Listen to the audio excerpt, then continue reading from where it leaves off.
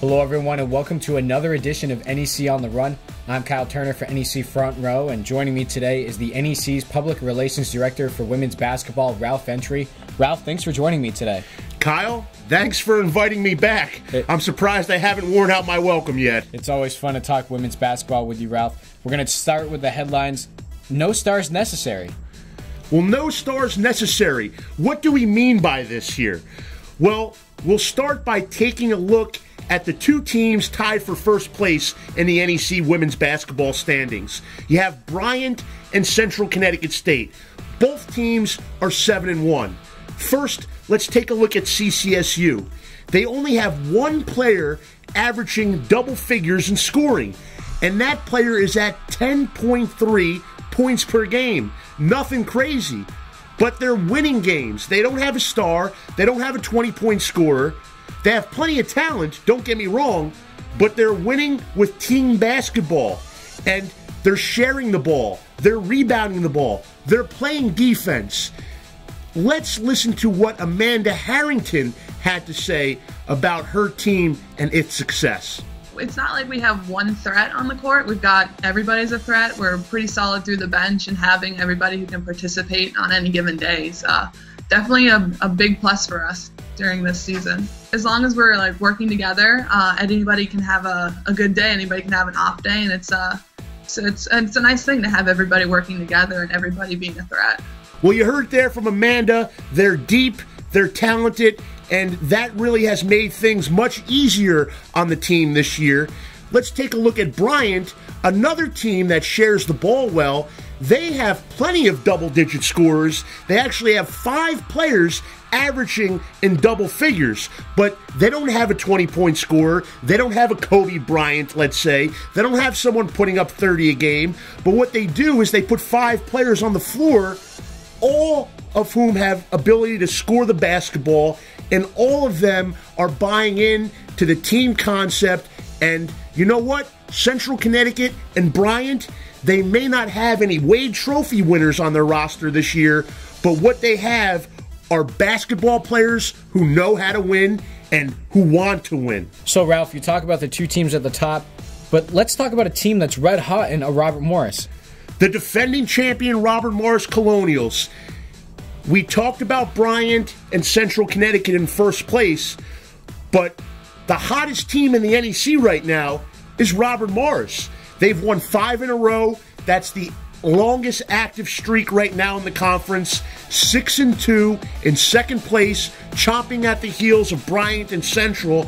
And Robert Morris is another team that's doing it with balance. And they don't have a star player. Everyone knows about Artemis Spanu from last year. She graduated. She's playing professionally now. They don't have that go-to player, so to speak.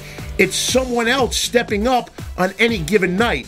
Also, the thing that's really helped Robert Morris of late is they're shooting the basketball really well. They've won 5 in a row, and they've had 5 of their best shooting nights in each of those 5 games. So, but you look at it, they haven't had an NEC Player of the Week yet this year. And you say, well, why is that? They've 6-2 in the league. They're playing good ball. Well, it's because there are usually 2 games a week, and it's somebody different every night for Robert Morris. Last Saturday in our television game on ESPN3, it was Anna Nikki Stamalampru going for 22 points. The next night out, it's Megan Smith, a freshman, leading the team with 15 points. One night it's Ashley Ravelli. So a lot of cooks they have there working on that broth at Robert Morris, and maybe Sal Buscali is cooking up another championship run. We shall see. Could be. It'll be interesting come playoff time. Now, Ralph, let's look at the TV game. Mount St. Mary's at Sacred Heart. What's the story there? What's the story? Well, I'm expecting a pretty exciting game because on each side of the ball, you have 2 dynamic players. On the Mount side, Jacqueline Brewer. She's a senior. She transferred in from VCU.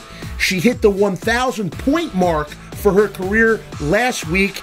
She's shooting over 40% from downtown.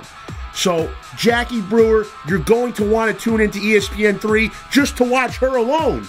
Then on the other side, you have Gabby Washington. She's a veteran.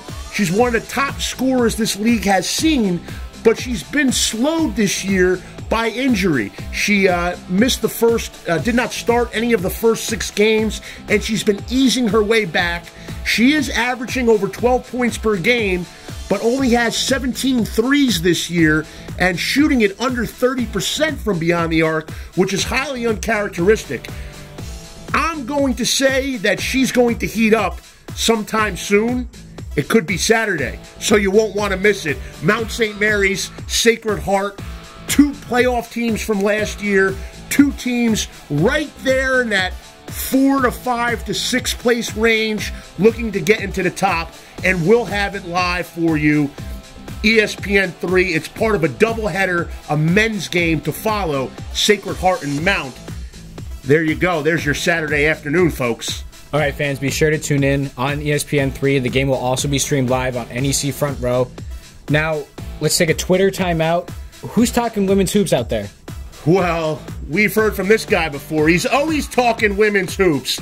Craig D'Amico, the NEC women's basketball play-by-play man. I should say he's either talking women's hoops or WWE. Luckily, this week he's talking NEC women's hoops. As you know, Craig was on the call for that St. Francis Brooklyn Robert Morris game last Saturday on ESPN 3, and going in, he points out just how tight this matchup has been in recent years. And no, we didn't have an overtime game last week, but it was a 5-point game. It was 1 possession for much of the final minute, and another thriller on the NEC TV package. I think it's a theme this year, so you don't want to miss it on Saturday. No, definitely not. Now, Ralph, let's look at your NEC number. What is it this week? We're going to go with 441. 441 points allowed by Central Connecticut in 8 conference games. So 441 allowed over 8 conference games. That comes out to a league low 55.1 points per game allowed in conference play. So Central Connecticut, 7-1, tied for first place, number 1 in scoring defense in league play. It's no secret. If you defend in this league, we've seen it over the years, if you can defend in this league, you're going to put yourself in position to compete for a title. It definitely starts with defense, like most coaches will tell you, Ralph. Now, fans, we're going to show you the women's basketball schedule for the next week. These are games that can be seen on NEC Front Row, free of charge. You also have that TV game on ESPN 3. Be sure to tune in. Also, iOS users, you can download the NEC On The Run app on your iPad and or iPhone. That's all we have for you on this edition of NEC On The Run. I'm Kyle Turner for NEC Front Row. I want to thank Ralph Ventry for joining me, and we'll see you next week.